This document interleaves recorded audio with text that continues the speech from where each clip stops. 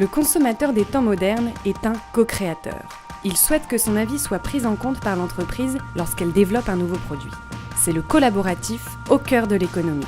Rencontre avec Thierry Maillet, docteur en histoire et en sciences sociales, venu nous expliquer l'histoire de ce phénomène du collaboratif. Alors Thierry, le collaboratif est partout, a le vent en poupe entre guillemets, tout le monde en parle, les médias, les entreprises, les collaborateurs dans les sociétés. Comment et pourquoi est apparu ce terme de collaboratif ? Alors d'un point de vue historique, on pourrait remonter ou le dater, si je puis dire, de 2006-2007 en France avec la campagne de Ségolène Royal.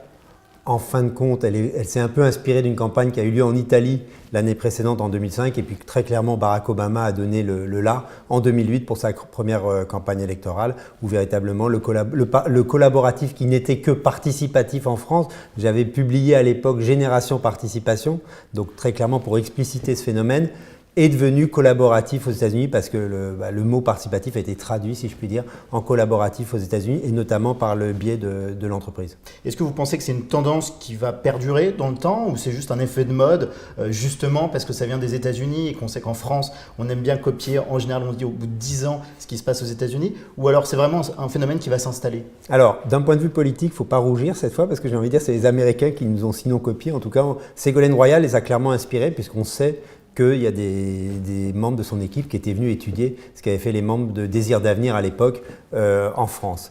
En ce qui concerne le monde de l'entreprise, très clairement, là, c'est nous qui copions, qui nous inspirons effectivement, vous avez raison, très fortement de ce qui se passe aux États-Unis et plus particulièrement, évidemment, la Silicon Valley. C'est évident que le collaboratif a eu un impact énorme sur cette forme d'horizontalisation de la société et qu'on est rentré avec des applications comme Snapchat ou autres dans un échange permanent.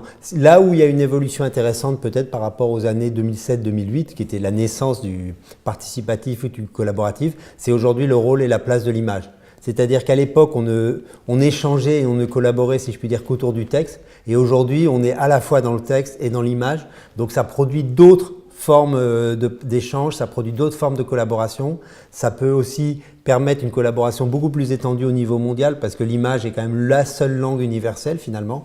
Donc je crois que c'est amené à perdurer, très clairement en tout cas aussi longtemps que perdure l'Internet. Et deux, c'est un formidable vecteur ou un formidable accélérateur de familiarisation avec le monde qui nous entoure. Encore une fois, c'est pour qu'un Américain et un Chinois se parlent, rien de mieux qu'une image. Et c'est vrai que les applis d'image, je pense évidemment à Instagram en premier, sont d'exceptionnelles applis de collaboration, d'exceptionnelles applis de participation collective et encore une fois en image. Donc ça ouvre encore plus les frontières peut-être que dans la décennie précédente. Et alors justement, qu'est-ce que ça change dans le lien que peuvent avoir les consommateurs avec les marques ou même les citoyens avec les institutions de manière plus générale ? Alors, je vais répondre par les citoyens. C'est évident qu'aujourd'hui, c'est rentré dans nos us et coutumes françaises pour le moins. Il y a des primaires à droite, il y a des primaires à gauche, il y a des primaires chez les écologistes. Emmanuel Macron. Ce qui est un phénomène récent. Alors, c'est un phénomène complètement récent. Il y a encore des gaullistes qui disent que la Ve République n'est pas faite pour ça.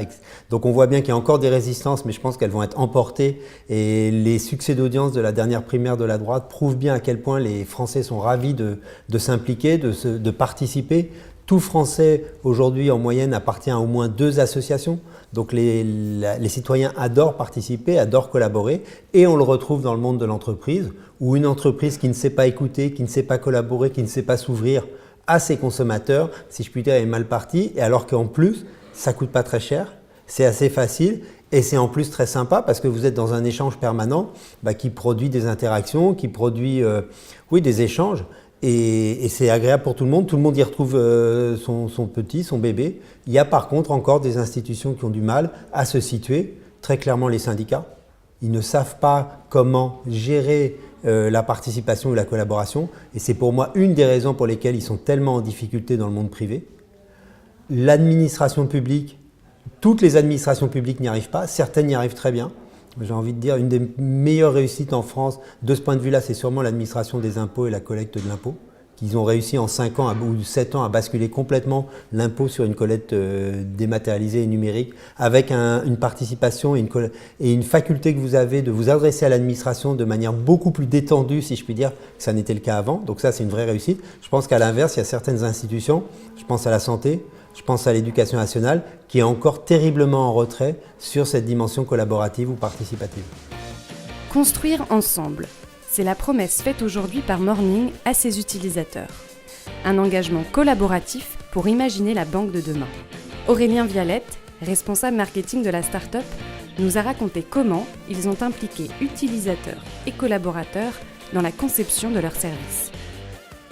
Aurélien, l'innovation dans le domaine du numérique est particulièrement collaboratif. Alors justement, cet aspect collaboratif, comment il impacte vos missions au quotidien ? La co-création ou l'innovation collaborative, je dirais qu'elle a d'abord le principal avantage de réduire les cycles d'innovation et d'accélérer le rythme finalement d'innovation chez nous en interne. Alors le rôle du marketing, c'est premièrement de bâtir un cadre d'innovation dans lequel va pouvoir émerger des idées, que ce soit en interne des équipes ou les idées des utilisateurs. Et dans un second temps, ça va être de capter ces idées-là et de les intégrer dans la feuille de route pour les développer et les transformer en finalité, en fonctionnalité également. Parce que l'intérêt de l'innovation collective et de la co-création, c'est bien d'amener des idées vers des fonctionnalités. Alors justement, quelles ont été vos découvertes auprès des consommateurs sur la banque de demain, la banque idéale entre guillemets selon eux ? Alors nous, ça fait un petit moment maintenant qu'on fait des sessions de co-création, que ce soit à travers des ateliers en présentiel ou bien via des plateformes de crowdsourcing. Et ce qui ressort de la banque idéale, la banque rêvée, la banque voulue par nos utilisateurs, ça va s'appuyer sur 3 piliers. Le premier pilier, c'est le pilier de la personnalisation. Les utilisateurs veulent une banque qui leur ressemble, une banque sur laquelle ils ont la main et qu'ils peuvent paramétrer à leur demande. Une banque mobile forcément, une banque connectée. Le deuxième point, c'est le point des valeurs et qui est très important et de plus en plus, c'est que les utilisateurs sont vraiment en attente d'une banque qui défende des valeurs et une éthique, d'une banque transparente tant sur ses coûts que sur ses process. Et le troisième point, c'est le point de la relation et vraiment remettre l'humain au cœur de l'expérience bancaire, remettre l'utilisateur au cœur de son expérience, remettre sa communauté aussi dans l'expérience et intégrer vraiment une vraie relation forte entre l'utilisateur et la banque. Impliquer le consommateur dans les décisions ouvre de nouvelles perspectives aux entreprises. Cette nouvelle dimension des pratiques d'innovation est en train de s'imposer comme la norme des services marketing de demain.